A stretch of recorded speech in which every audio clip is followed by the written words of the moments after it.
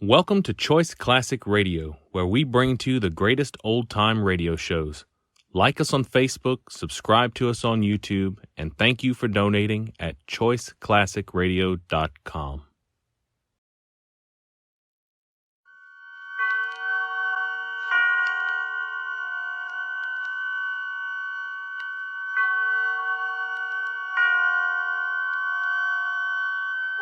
Suspense.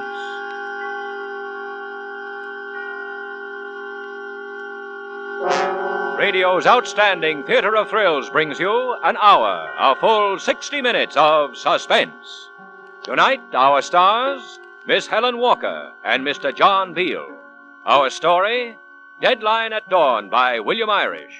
A suspense play produced and directed by Anton M. Leader.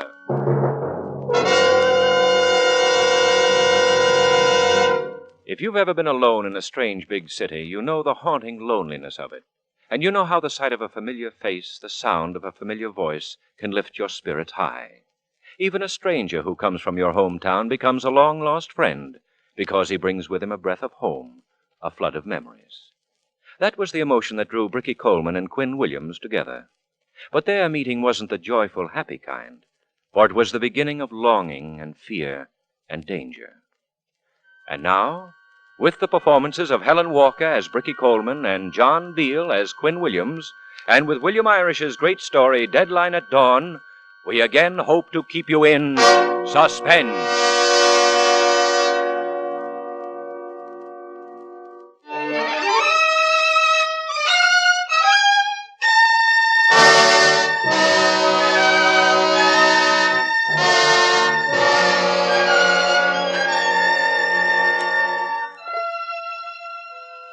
Until I met him, men were just pink dance tickets to me.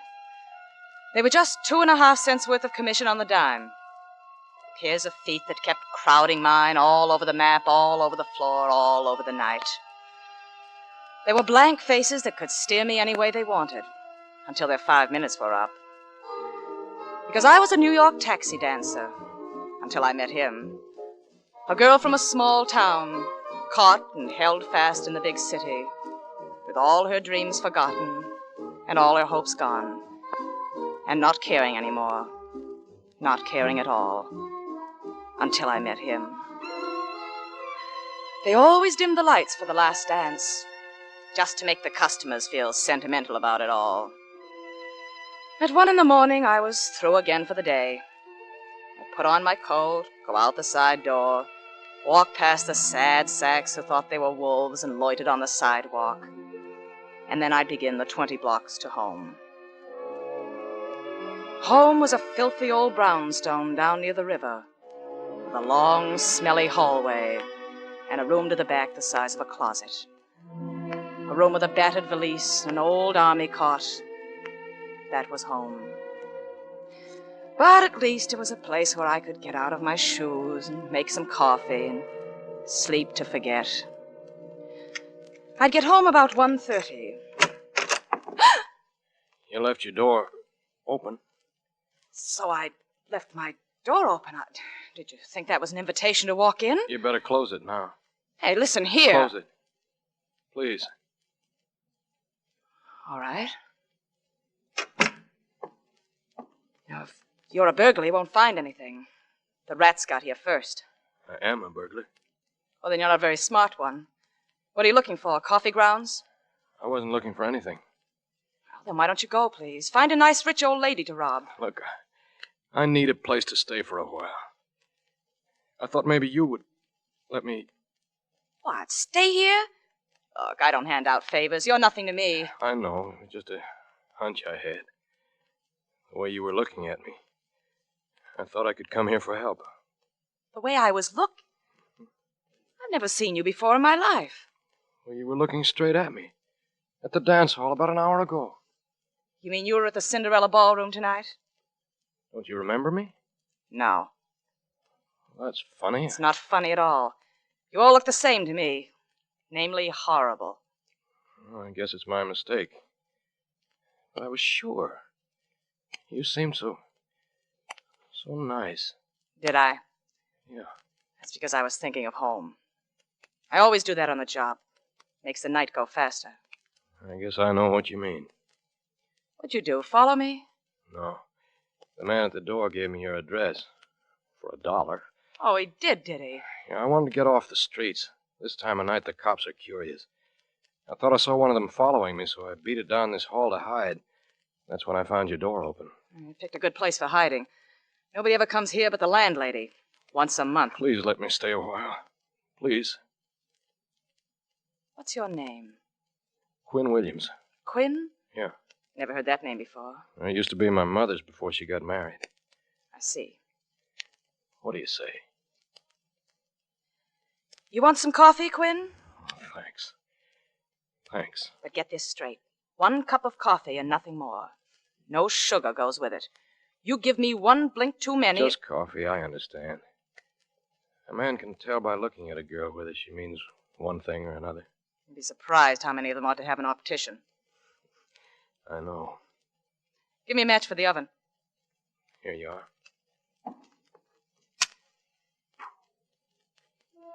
I got the oven lit and reached down some cups and saucers and watched him. Not that I was worried. I wouldn't have closed the door if I hadn't thought I could handle him.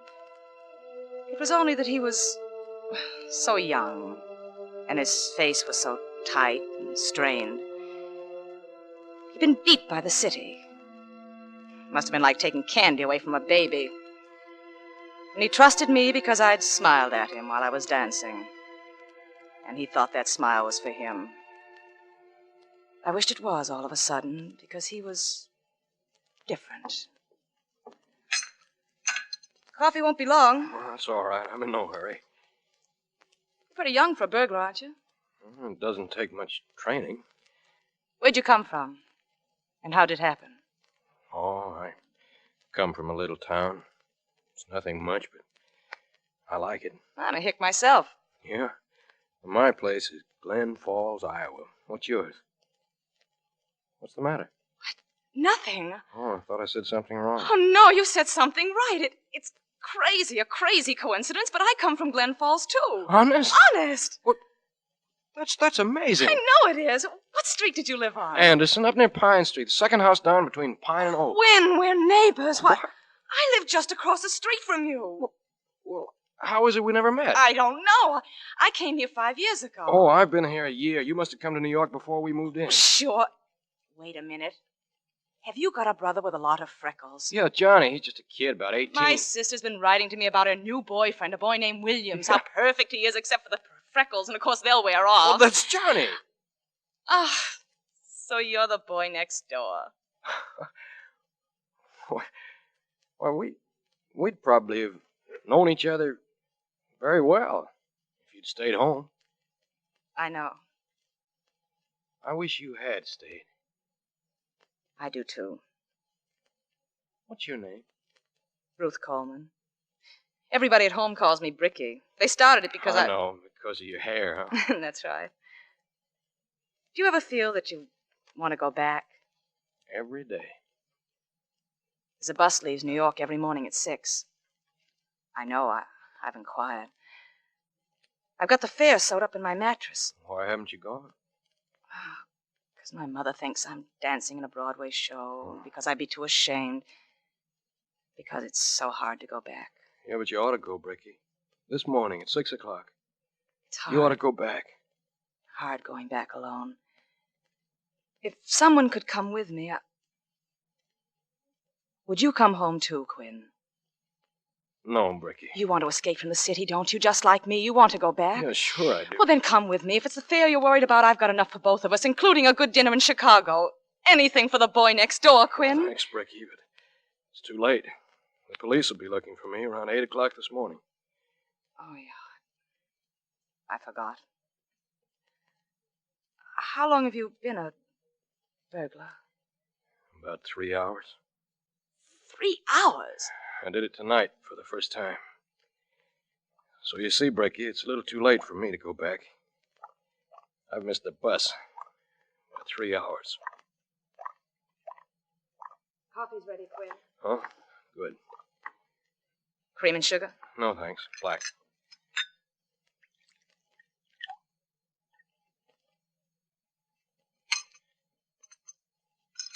Was it easy? Very easy. Why'd you do it? You'll do anything when you've gone for 4 days without eating. Oh. But it's funny. After I'd done it, I went straight to the best restaurant in town. I looked at the menu and got ready to order everything on it. 2 helpings of everything. But I couldn't eat. So I got up and walked out. That's when I began to think cops were trailing me. I'm not used to being a robber. So you still got it all with you? $2,500 in cash. Divided up into small rolls in all my pockets. You want to see it? No. Neither do I. But it's there. I can feel it. Against my skin, all over my body. Where did you get it, Quinn? I was working for an electrician about 4 months ago. One day I got a call to go to a big house on 71st Street and put a fixture in the bathroom wall. I had to cut a big hole in the wall to do it. While I was doing that, I ran into a wooden box in the wall. I did my work just beside it. And that box? That box was the back of a safe. Oh. Put into the wall of a study in the next room. The front of the safe was good heavy steel. When they built it, nobody thought it could be broken into from the other side through the bathroom. And nobody ever would have either, until an electrician ran into it one day by mistake. But all this happened 4 months ago. Yeah. You see, I'd brought more tools with me than I needed that day, and I left some of them in my bag downstairs on a little table near the front door. Well, when I got back to the shop, I found a key in the bag. I must have brushed it in while I was putting the tools back after finishing the job. It turned out to be a key to the front door. You didn't return it? I didn't. Oh, I meant to, but right then I forgot all about it. And when I did remember that I had the key, I was out of work, and hungry, and wanting money badly, so I went back there tonight. I opened that hole again, pulled the back of the safe out. I didn't bother with any of the papers or securities. I just took the cash. The house was empty. The man who lives there, society fella by the name of Graves, was probably out on the town, so I just walked out the front door. Seems like 10 years ago. It was only 3 hours. So this Graves man will see the hole in the morning when he goes in to take a shower, and then he'll call the police. It'll be a quick trial, and a short one. But the sentence won't be so short. The boy next door. The boy you wave to when you come in or out of your gate. The grinning boy next door, friendly as a puppy. Go back, Bricky. It's where you belong. It's the only kind of life for you. Come with me, Quinn. I've told you I can't. They've got a long arm. They'll find me. And I'd rather have them find me here in the city. Have you still got the key? The key you went in with? Yeah. Why? Well, if you can get back in before he comes home, just in and out, long enough to put the money back, they won't come all the way to Iowa for you just for chopping a hole in the wall if nothing's been taken. But Bricky, they're probably... Don't you want to go home? At 6 o'clock this morning. Yes, Bricky. If he's out on the town, he won't be home yet. At least that's what we'll pray for. We'll go together, now. I'll wait outside for you, and then we'll go down to the terminal and buy our tickets. And wait for the bus. We'll wait for dawn together, Quinn. You mean you'd do this for me? For the boy next door? Anytime. Anything. There was no time to lose. Graves might be coming home any minute. I ripped the money out of my mattress, and we ran out into the cold, empty streets, just as a cab cruised by. We piled into it and told him to take us to 71st Street, and to take us fast. Everybody's always in a hurry. What's your hurry? The night's young yet. Never mind the conversation, Joe. Drive. The customer's always right.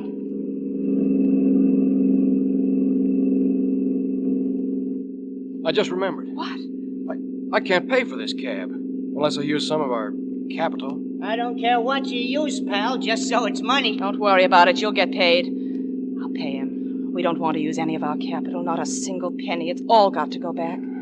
Ricky, when we get out of this, when we get back home, I'll thank you then. I'll find a way to thank you.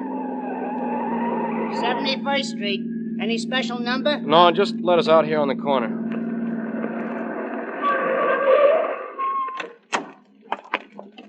That's 90 cents. And I can break a 50 if I have to. Here's 90 cents. And here's a dime. Have fun.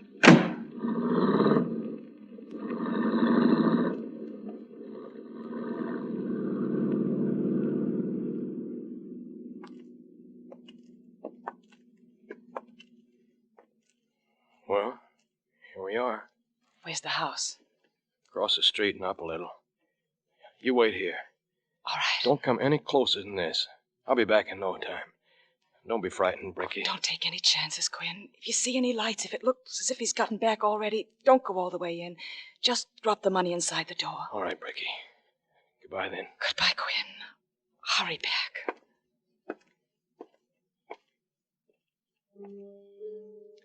I waited for him there in the chilly night, on the dark, empty street.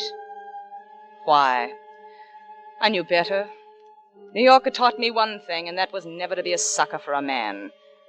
But then, this was no man.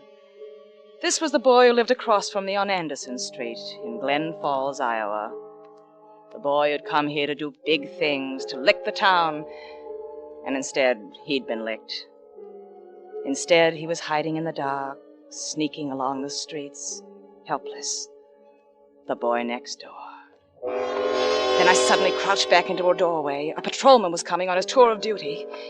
He stopped near me, not 10 yards away. But his back was to me, and his hand was opening a call box. Larson reporting in, 2:35 a.m. How's the rummy game going? And another thing, Sarge. Quiet as church. He finished his call, closed the box, and went on down the street. Then he turned a corner and disappeared, and I breathed again. He'd been right, though. It was quiet as a church, and that was wrong, because Quinn should have been back long ago. Bricky. What's the matter? Bricky. Tell me, Quinn, what is it? What is it? What are you frightened about? What happened in there? He's been killed. What? He's dead. He's lying in there. Dead. The man who lives there? Yeah, Mr. Graves. Was it you, Quinn? Did you do it? The first time you were in there tonight? I swear I didn't, Bricky. I only took the money. He wasn't even there. He must have come back since. I knew you didn't, Quinn. I knew even though I asked. Go down to the terminal. Get your ticket and climb on that bus and forget we ever met. Go on, Bricky. Beat it. Before they find out. Not without you. But don't you see now it's murder they'll charge me with? They'll find the bathroom fixture tampered with. They'll trace it to the electrician, then to me, and they'll naturally think... Oh, don't you see? It's too late, Bricky. It's never too late. Don't you know that? Not until the last second of the last minute of the last hour. What do you mean? We'll go back in there and see if we can figure it out. It's our only hope. We're fighting for our lives, Quinn, for our lives, and we have until 6 o'clock this morning to win our fight. All right. Champ. Come on. And so, very slowly, we went together into the place where death was. The door closed on our backs, and we felt our way down a long and narrow hallway. He's upstairs. I don't want any lights on down here. Just hang on to my sleeve. I'll lead the way. All right. We went forward in a sort of swimming darkness that was almost liquid. It was so dense. I could feel the muscles in his arms shivering. But he was brave, not afraid.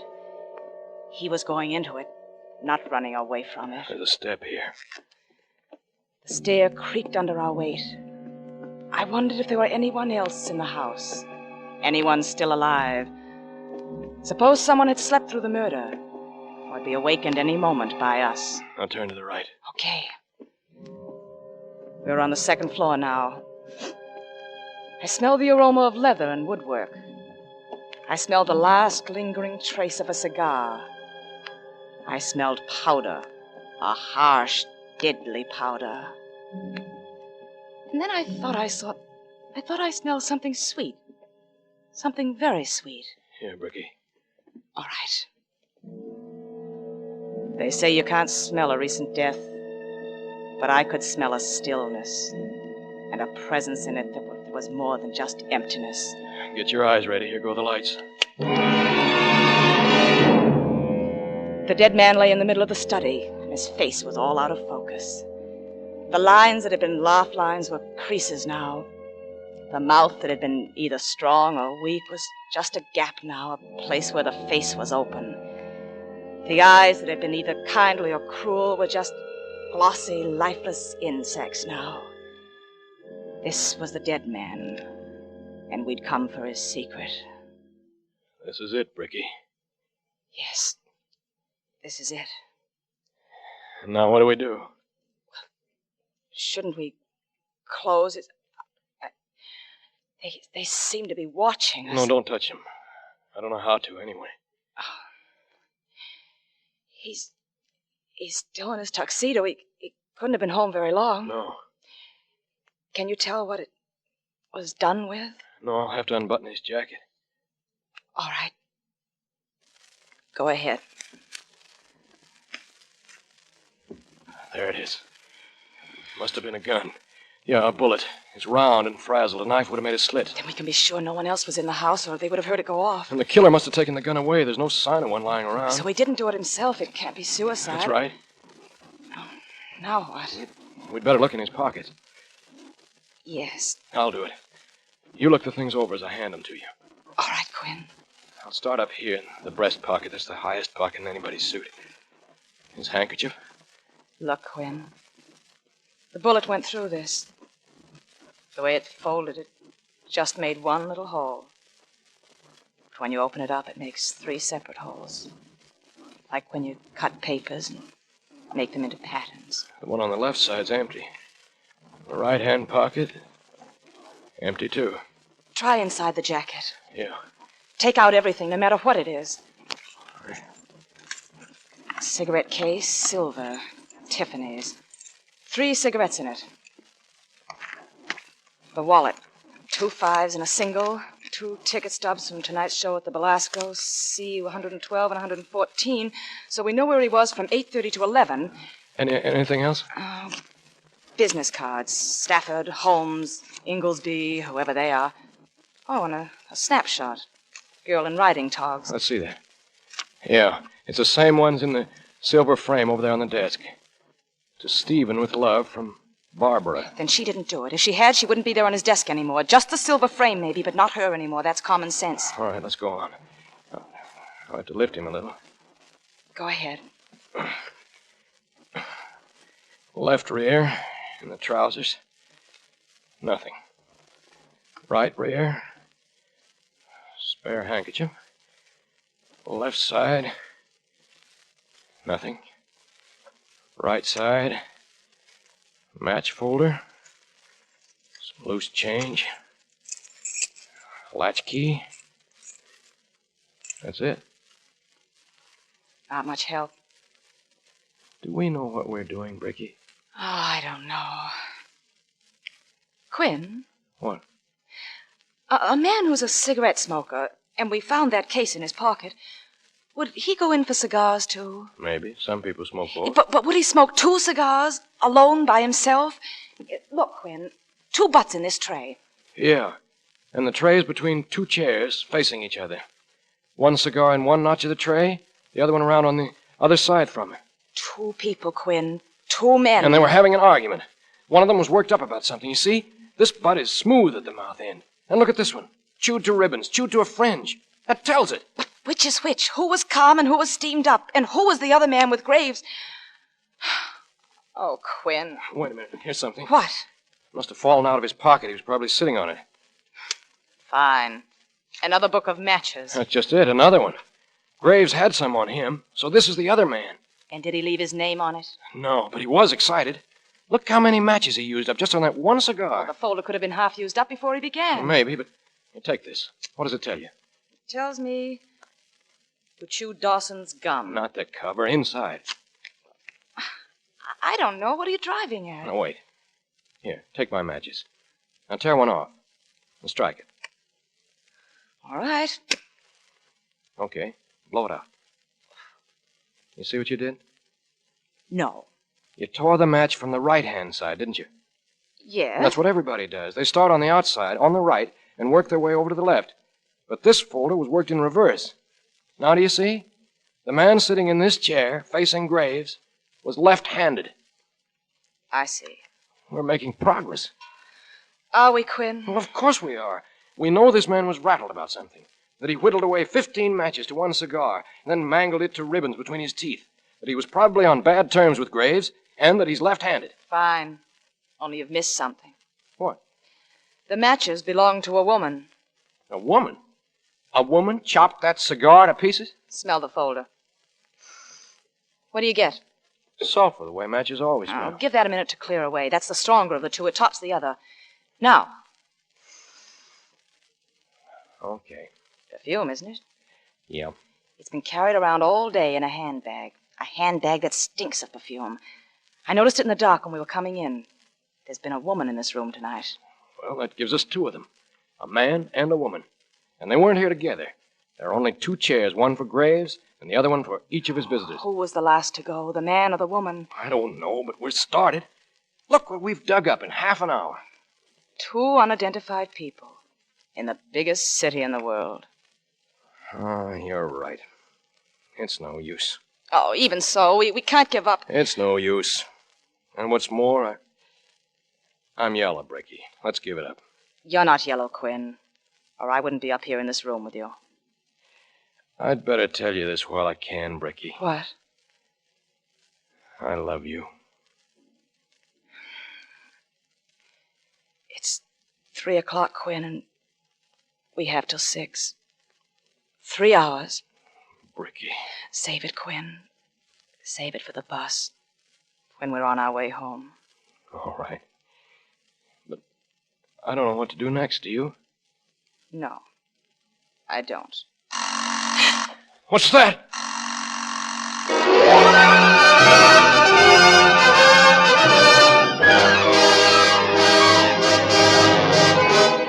In tonight's full hour of suspense, Helen Walker and John Beale co-star in Deadline at Dawn by William Irish.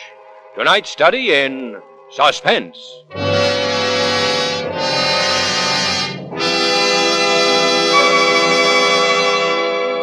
just a moment, we will return with Act Two of Suspense. This is CBS, the Columbia Broadcasting System.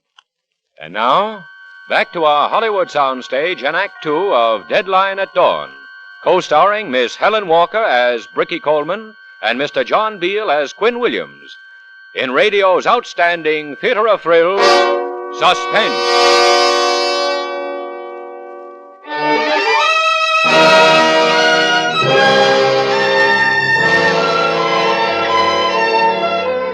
All the emotions of a lifetime have been crowded into one night for Bricky Coleman and Quinn Williams, and dawn is a fast approaching deadline which they must meet. The bus which will take them to home in safety seems remote and unattainable as they stand now over the body of a dead man in the quiet apartment, knowing that they must find his murderer or stand incriminated for the crime themselves. And suddenly, a terrifying sound comes to them. What is it, Bricky? What is it? Sounds like a burglar alarm. The front doorbell, maybe. Wait a minute, there's a box over there, against the wall. A telephone. Follow the cord. It's in his desk. In the drawer. What should we do? I ought to answer it. Oh, be careful. You'll have the police here. They'll know it's not his voice. I'll talk low. I'll pretend I'm him. Say a prayer, Bricky. Hello? Darling, this is Barbara. I had to speak to you. We've never parted angry like this before. I know. Maybe if we hadn't gone there, to that parakeet place, it wouldn't have happened. No. Who was she? The tall redhead in the light green dress? I don't know. You told me that before. Then why'd she slip a note into your hand? I saw her do it, you know. Did you? And then you couldn't wait to see me to my door and get me off your hands. What happened, Steve? Did this woman come by to see you afterward? Is that why you wanted to get rid of me? No, Barbara. Steve, you sound so far away. Is it the telephone? Or is it you? Poor connection. You sound so cagey. As if someone were there now. Can't you talk louder? I'm sorry. What's going on there? This is Stephen, isn't it? She's catching on. I'm sunk. Take your hand away from the mouthpiece and turn it my way. Sugar, come on. I'm getting tired of waiting. How much longer are you going to stand there talking? I'm sorry, Stephen. Forgive me. I didn't know. You can hang up now. I feel like a heel. Well, stop it. We don't have time. The Paraquet. That's a nightclub, isn't it? Yes, on 54th Street. A woman slipped him a note, Quinn. Our woman. Could be. Do you think he tore it up? Well, maybe not. Maybe he wanted to have a good look at it when he got home, alone. Let's look again. Well, I went through those pockets pretty carefully. I'm sure it's not there. We might have missed something. Quinn, turn him over again. All right.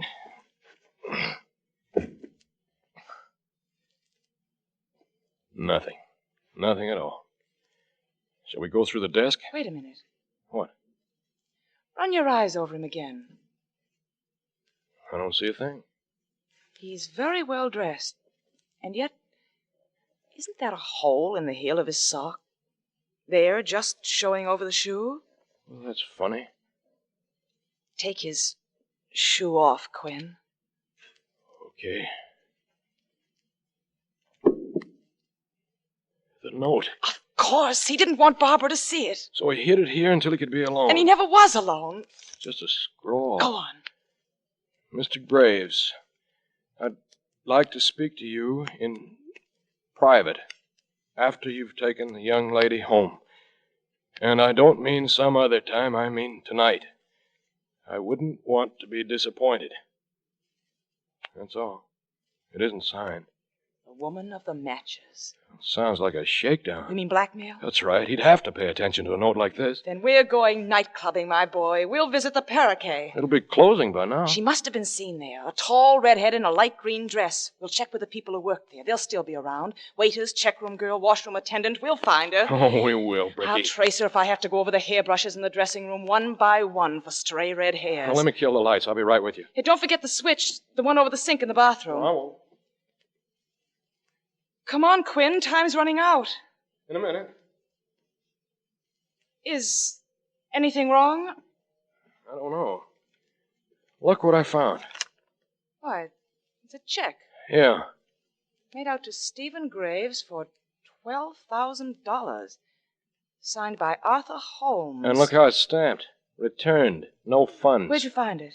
In the dry bottom of the tub. How did it ever get there? Just one way.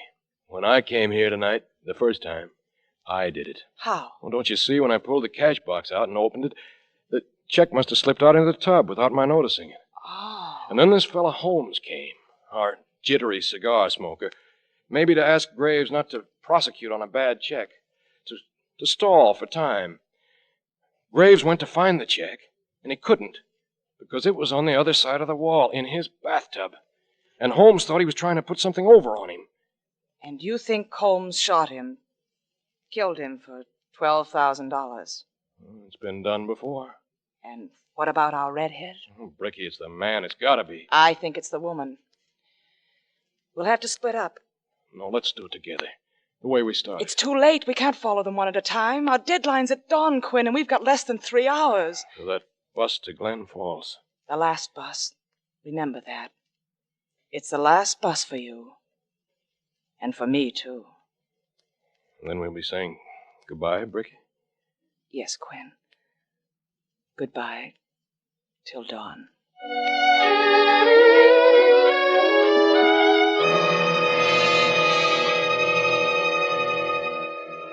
We went down into the empty streets without talking to each other again. And I went one way, and Quinn went the other. In 10 minutes, we were blocks apart. Maybe miles. But it seemed to me that I was still at his side, still with him, as he finally found an all-night drugstore and went back into a booth. I knew he'd dial all the Arthur Holmeses in the book and talk to a lot of angry, sleepy people. And then he'd find the right one, the Arthur Holmes we wanted. What would Quinn do then? What would he say?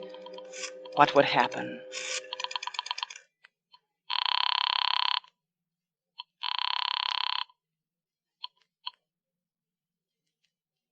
Hello? Yes? Is this Mr. Arthur Holmes? Who is this? Well, Mr. Holmes, you don't know me. Who is this that wants to speak to Mr. Holmes? The name isn't known to you, Mr. Holmes, but... What makes you think this is Mr. Holmes?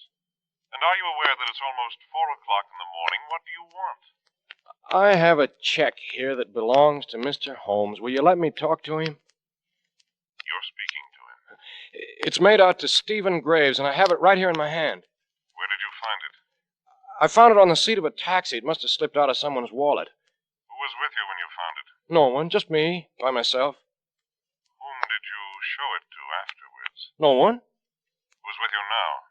No one, I swear. And you called because you thought I might want it back. That's right. I'm sorry, your time is up. Deposit another nickel, please. Shall I hang up, Mr. Holmes? Put in another nickel. Tell me, what's your name? Quinn Williams. Tell me something about yourself. What do you do? Are you a married man? No, I'm single. I live by myself. Not even a roommate? Nobody. Strictly lone wolf. I'd like to see that check, Quinn. Maybe I can do something for you. Fair enough. There's a little bar called Owen's down on 51st. You know it? I know where it is. It'll take me about 15 minutes to get dressed and get down there. Is 15 minutes good for you? It's just fine, Mr. Holmes. I'll see you there. You're a cagey boy, Mr. Holmes. But you swallowed.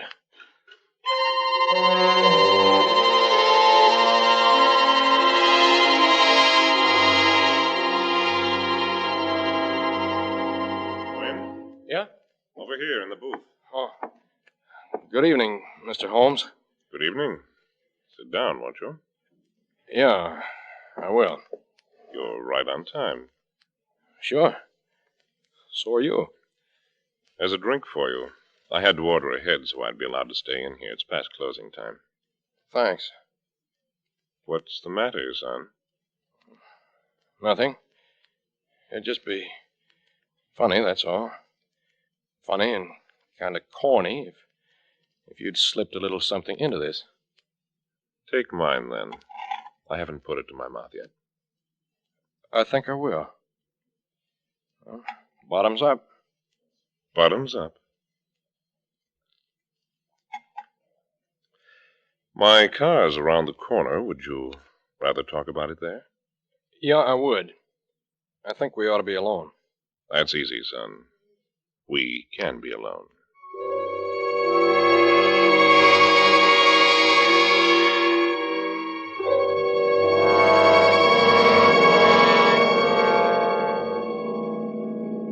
That's enough driving. Pull up. I just thought we'd coast a bit. We can't sit talking at the curb at this hour. We'll have a cop down on us sticking his nose into the car. What's wrong with that? I don't know. Do you? I was asking you. However, if you want to pull up.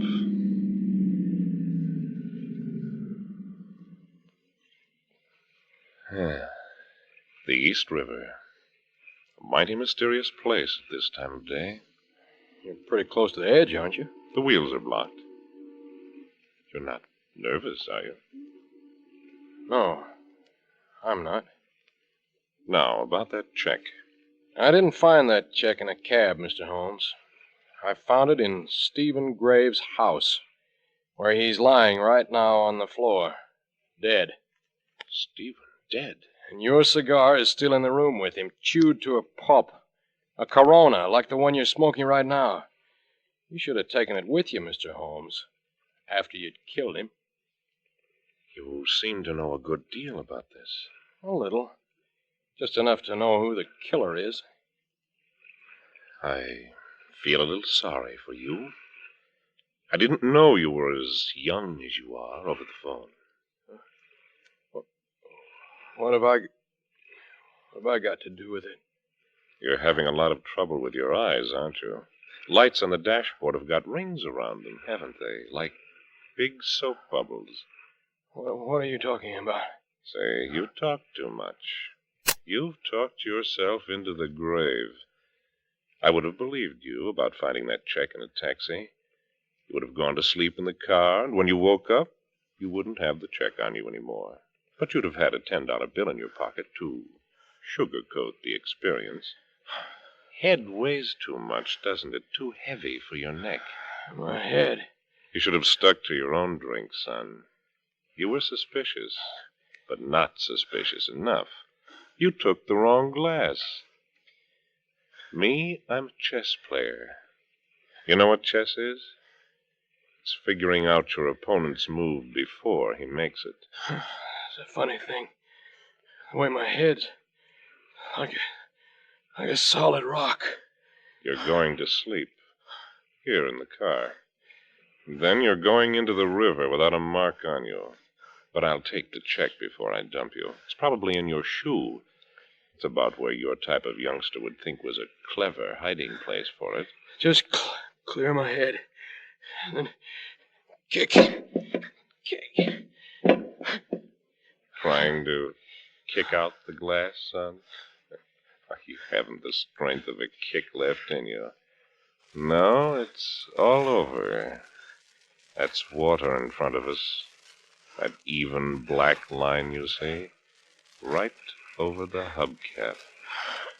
Now, you can't even move, can you? That's right. Make a lazy pass with your hand like you're brushing away flies. That's about all you're able to do. In a minute, you won't even be able to do that. There go your eyes. Down, down, down. You won't get away with this, mister. Ricky knows. There are two of us. Not just one.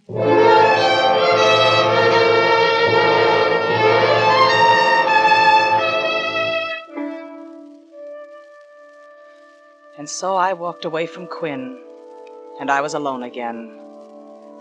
I'd met him only a few hours before, and with him I'd met my past and my home and everything I loved and wanted. And now I was alone again. Somewhere in this sleeping city, Quinn was after his man, and I was after my woman, my redhead, my long-stemmed American beauty. The nightclub Parakeet was dead. Dead, but not quite cold. Just in the process of giving up the ghost. Every other minute, a solitary figure would come out and walk away. Someone who earned a living inside. This was the 5 o'clock in the afternoon of the nightclub workers, whose clock goes in the opposite direction to that of the rest of the world. And what did I have to go on? A redhead blackmailer who had quickly scribbled a note to a man. And that kind of woman doesn't ordinarily carry around pencil and paper in her purse. She sends messages with her eyes and her hips. If she wants a pencil, she's got to borrow it from the help. Excuse me. Huh? What's the matter? You work here, don't you? I'm in the check room till something better turns up. Why? Well, I wondered, did my friend in a light green dress, a redhead, did she borrow a pencil from you tonight? It works the other way around, honey. The men take out their pencils and give me names and addresses and telephone numbers. I got a fistful. But didn't a woman... It's no dice, honey. I don't even see any women in my stall. Oh. Another long day. My feet swell up all the time. You want to try Epsom salts? Water as hot as you can stand. Excuse me. Well, my name's Jerry, but don't let the name stand in your way. I'm looking for my friend, a redhead in a light green dress. Did she borrow a pencil from you tonight? Not at my end of the bar. How about it, Frank? Sure, Joan Bassett. About midnight. She's always borrowing something and forgetting to give it back. How that girl forgets. Well, that's the way Joni is. Do you know where I can find her? Well, try the Concord. That was the last address. But she's probably moved by now. Oh, thanks, fellas. Can't I do anything for you? Another time, Jerry. Okay, that's a promise. Another time.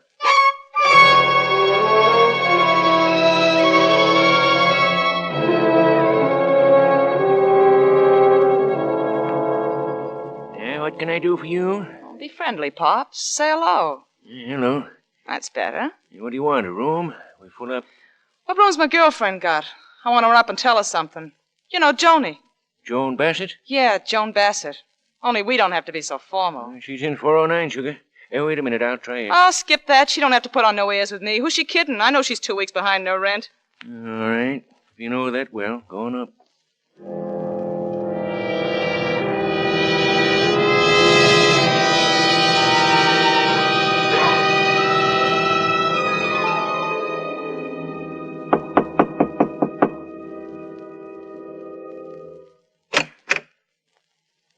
What do you want? You.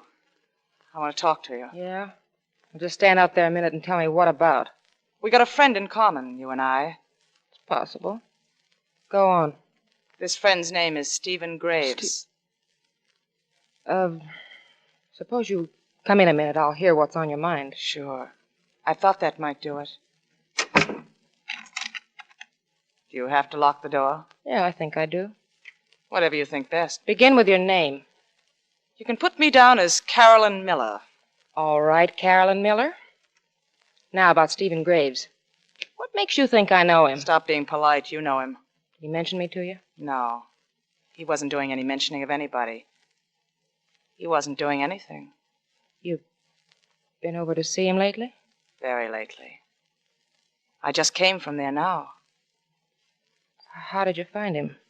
I found him dead. I see. That tap in the kitchen is loose again. Excuse me a minute while I tighten it.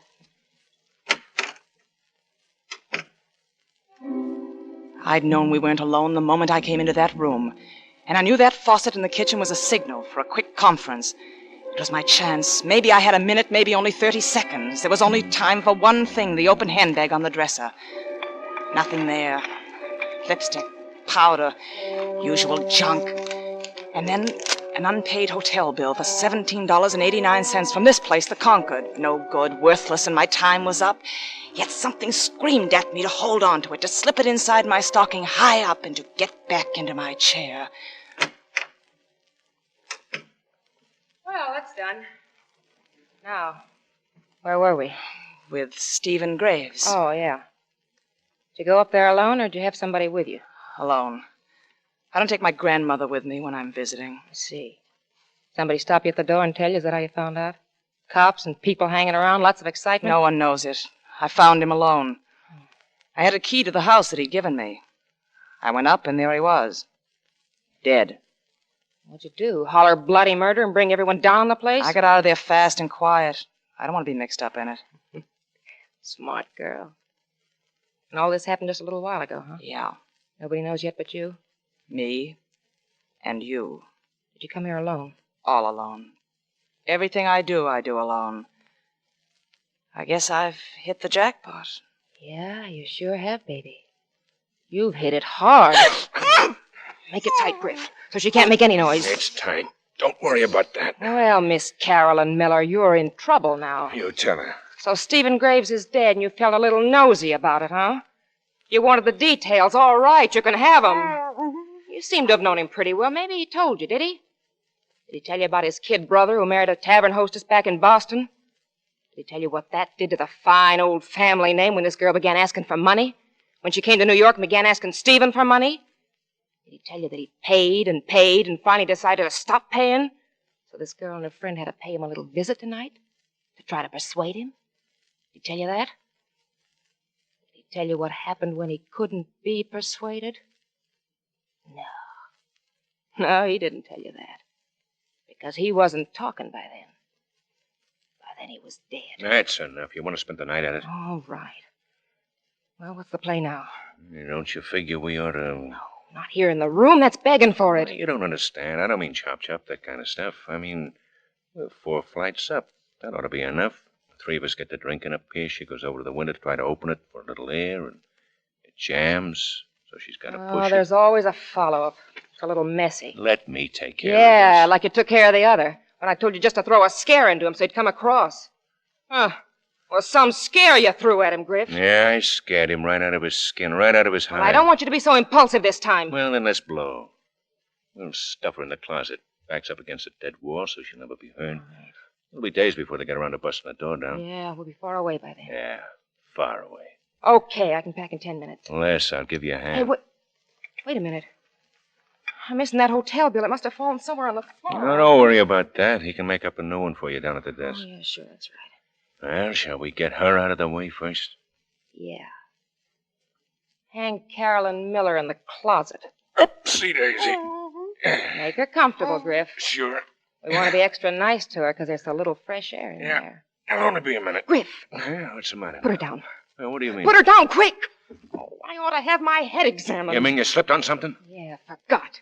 We both clean forgot. What was it tipped her off to me? She didn't pull my name and address out of a hat. Yeah. Take that gag off her. You try to scream and I'll dent you. I won't scream. Now talk. How'd you know I knew him? How'd you know where to find me? I'm gonna let you have it, and I'm gonna keep letting you have it until you answer.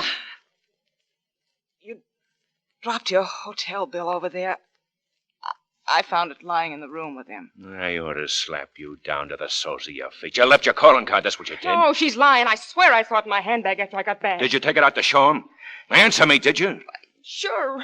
While you were waiting downstairs, it was part of the build-up to show him how bad I needed money, but I know I put it back again. You think you know? Well, I'm almost positive. It fell out.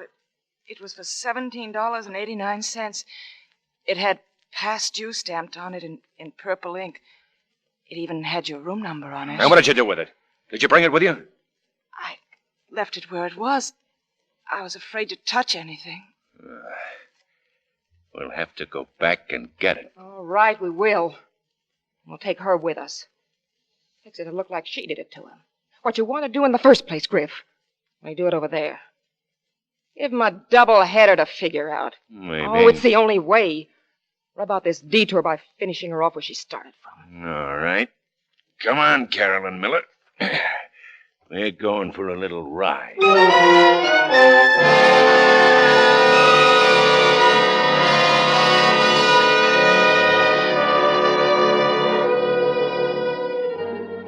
And so I went back into Stephen Graves' house for the second time that night. They pushed me ahead of them in the darkness, whispering to each other not to use any lights yet, just as Quinn and I had done a few hours before. Or was it a few years before? Then we were in the study, and the lights were snapped on, and the dead man was still on the floor. And nobody stepped forward to say, "Bricky, is that you?" No, he wasn't there. Quinn wasn't there, waiting to help me, to save me. Now, let's do what we have to do and get out fast. No, not yet. There's something else first. Well, you. Where is it?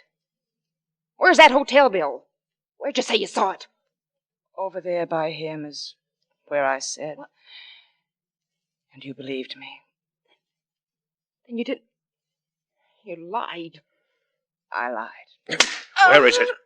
Where have you got it? That's your little problem. Let me have the gun. I'll do it. Here it is, Griff. Get away from him. Move over. Stand still, Carolyn Miller. I want to come real close. I want them to worry about whether it's suicide. Yes, Griff. I'll stand still. Good girl, Carolyn. Good girl. It didn't hurt. It didn't hurt at all. And I opened my eyes to find out why. Griff stood in the middle of the room, his face contorted, an arm squeezing hard around his neck. And behind his face was another face, a face I knew, Quinn's face, the boy next door, fighting for me, fighting to save me. Then Quinn went down, all lopsided, and Quinn was on top, punching at him again and again, and Joan was racing across the room with an andiron, raising her hand. I never played football as a little girl, but on this night I decided it was time to try.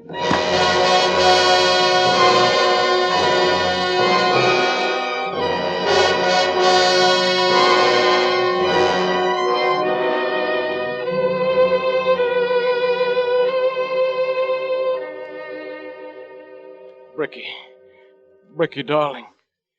Quinn, Are you all right? somebody's ringing church bells in my head.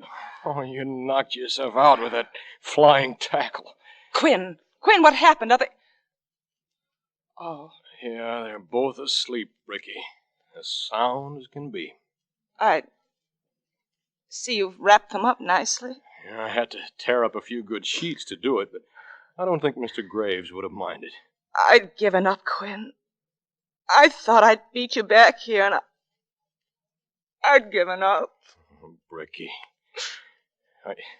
I saw them coming in with you outside on the street. I was watching from one of the front windows. And something about the way you were walking between them, sort of stiff, told me they had a gun on you. So I backed up into the bathroom and laid low. They're the ones, Quinn. They did it. I know. And we can go now. It's 5:45. We can catch that bus for home. Well, there's one more thing to be done, Bricky. It'll only take a minute. And then you and I aren't going to have any more to worry about. Is this the police? I want to report a murder. Quinn. Stephen Graves, in his home on East 71st Street. There are two people tied up in the same room with the body, and they're the killers. You'll find a special delivery letter in the desk from Graves' younger brother, and that'll tell you the reason for the killing. What? No, this isn't any rib. I wish it was. Me? Well, just a guy who happened to be passing by. We can take their car. He left his keys in it. Come on, Quinn, hurry.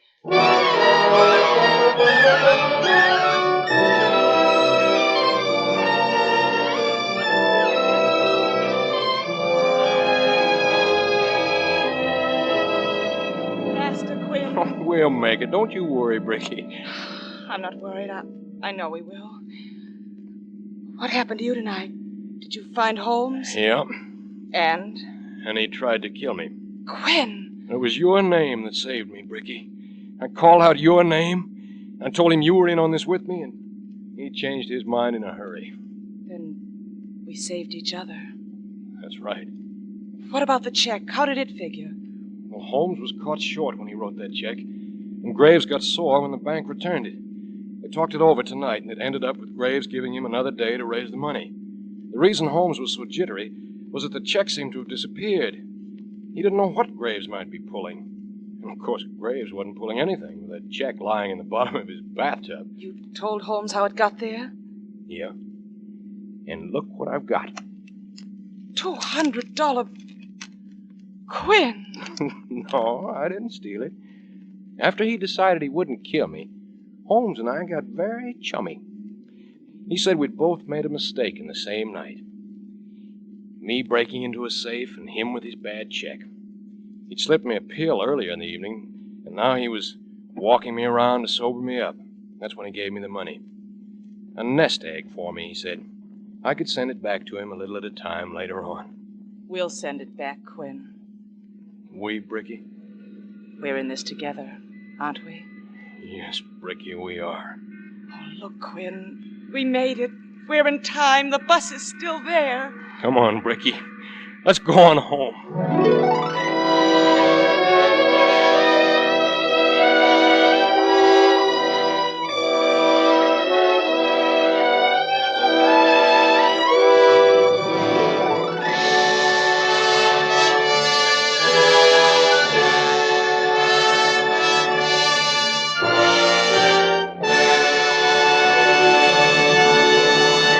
Thank you, Helen Walker and John Beale, for your truly wonderful performances as Bricky and Quinn. And to Lillian Byeth, Rye Billsbury, Edith Tackner, Buddy Gray, and Bill Johnstone, thanks for your splendid support. With this performance, Suspense leaves the air for a short vacation period. We will return on Thursday at 9 p.m. Eastern Daylight Saving Time, starting Thursday, July 8th. With an outstanding series of gripping suspense stories featuring the acting of your favorite stars of the screen. Watch for the new Suspense series starting Thursday, July 8th. Miss Helen Walker may soon be seen in My Dear Secretary, and Mr. John Beale will soon be seen in Paramount's Abigail, Dear Heart. Deadline at Dawn by William Irish was adapted for radio by Irving Ravitch and was produced and directed by Anton M. Leader. Lud Gluskin is our musical director and conductor. Lucien Marowek composes the original scores. Be sure to watch for the new half-hour series of radio's outstanding theater of thrills, Suspense. This is CBS, the Columbia Broadcasting System.